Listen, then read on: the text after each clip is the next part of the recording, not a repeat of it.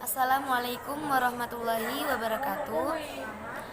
Perkenalkan, nama saya Dian Perstiana dengan NPM 1901010014. Langsung saja, di sini saya akan menyampaikan sedikit materi tentang tasawuf falsafi dan tokohnya.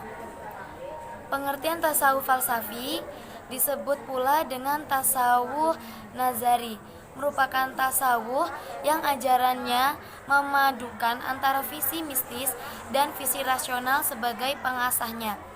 Berbeda dengan tasawuf akhlaki, tasawuf falsafi menggunakan terminologi filosofi dalam mengungkapkannya. Terminologi filsafi tersebut berasal dari bermacam-macam ajaran filsafat yang telah mempengaruhi para tokohnya.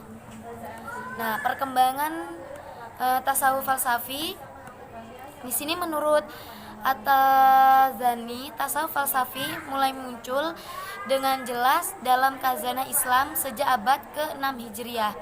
Meskipun tokohnya baru dikenal seabad kemudian, sejak itu tasawuf jenis ini terus hidup dan berkembang, terutama di kalangan para sufi yang juga filosof sampai menjelang akhir-akhir ini. Ciri-ciri dalam tasawuf falsafi di sini terdapat ciri-ciri umum dan ciri-ciri khusus. Ciri-ciri umum dari tasawuf falsafi antara lain: yang pertama, latihan rohaniyah dengan rasa, intuisi, serta introspeksi diri yang timbul darinya. Mengenai latihan rohaniyah dengan tahapan maupun keadaan rohaniyah serta rasa, para sufi filosof cenderung sependapat dengan para sufi sunni, sebab masalah tersebut menurut Ibnu Khaldun merupakan sesuatu yang tidak dapat ditolak oleh siapapun.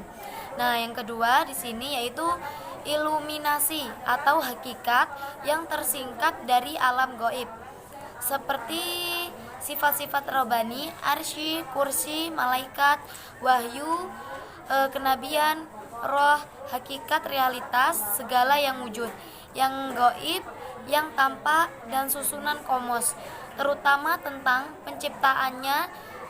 Dan mengenai iluminasi ini, para sufi melakukan latihan rohaniyah dengan mematikan kekuatan syahwat serta menggairahkan roh dengan jalan menggiatkannya zikir. Nah, yang ketiga di sini yaitu peristiwa-peristiwa dalam alam maupun kosmos yang berpengaruh terhadap berbagai bentuk kekeramatan atau keluarbiasaan. Yang terakhir yaitu penciptaan ungkapan-ungkapan yang pengertiannya sepintas samar-samar, yang dalam hal ini telah melahirkan reaksi masyarakat berupa mengingkarinya, menyetujuinya, atau menginterpretasikan dengan interpretasi yang berbeda-beda. Sedangkan ciri khusus dari tasawuf falsafi yang pertama yaitu mengonsepsikan ajaran-ajaran dengan menggabungkan antara rasional dan perasaan. Nah, yang kedua, mendasarkan pada latihan-latihan ruhaniyah.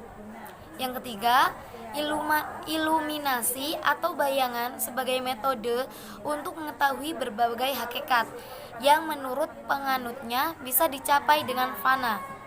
Dan terakhir, selalu menyamarkan ungkapan-ungkapan tentang hakikat realitas-realitas yang berbagai simbol atau terminologi filsafat, dan cenderung mendalam ke dalam panteisme, teori yang berpendapat bahwa segala sesuatu merupakan perwujudan Allah.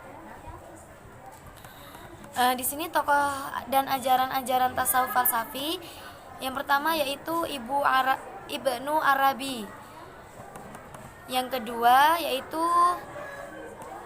di sini dalam ajaran tasawufnya Ibnu Arabi adalah tentang wahdat al-wujud, kesatuan wujud. Meskipun demikian, istilah wahdat al-wujud yang dipakai untuk menyebut ajaran sentralnya tidaklah berasal darinya.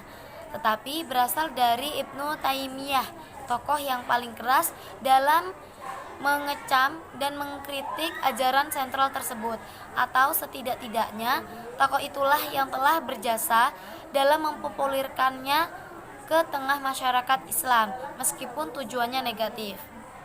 Nah, di sini yang kedua yaitu tokoh Abdul Karim Al-Jili. Ajaran tasawufnya yang terpenting adalah paham insan kamil, manusia sempurna.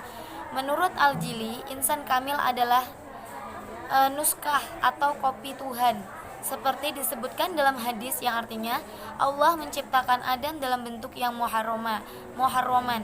Hadis lain menyebutkan yang lainnya, artinya Allah menciptakan Adam dalam bentuk dirinya. Sebagaimana diketahui, Tuhan memiliki sifat-sifat seperti hidup, pandai, maupun berkehendak, mendengar, dan sebagainya. Nah, yang selanjutnya yaitu tokoh Ibnu Sabain. Ajaran tasawufnya yaitu seorang pengasas sebuah paham dalam kalangan tasawuf filosofis yang dikenal dengan paham kesatuan mutlak. Gagasan esensial pahamnya sederhana saja, yaitu wujud adalah satu alias wujud Allah semata. Adapun wujud lainnya hanyalah wujud yang satu itu sendiri. Jelasnya wujud yang lain itu hakikatnya sama sekali tidak lebih dari wujud yang satu. Dengan demikian, wujud dalam kenyataannya hanya satu persoalan yang tepat.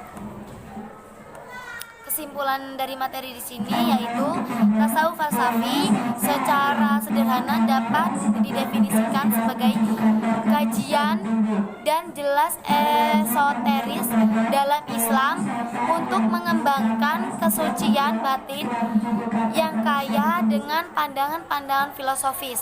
Keberadaan tasawuf bercorak falsafi ini pada satu sisi telah menarik perhatian para ulama yang pada awalnya kurang senang dengan kehadiran filsafat dalam khazanah Islam. Sementara bagi para ulama yang menyenangi kajian-kajian filsafat dan sekaligus menguasainya, tasawuf falsafi sebagai sungai yang airnya demikian bening dan begitu menggoda untuk direnangi. Seorang sufi yang dianggap sebagai perintis tasawuf filsafi adalah Ibnu Masarah yang hidup di Andalusia. Sekaligus dia dapat dianggap sebagai filosof sufi pertama dalam dunia Islam.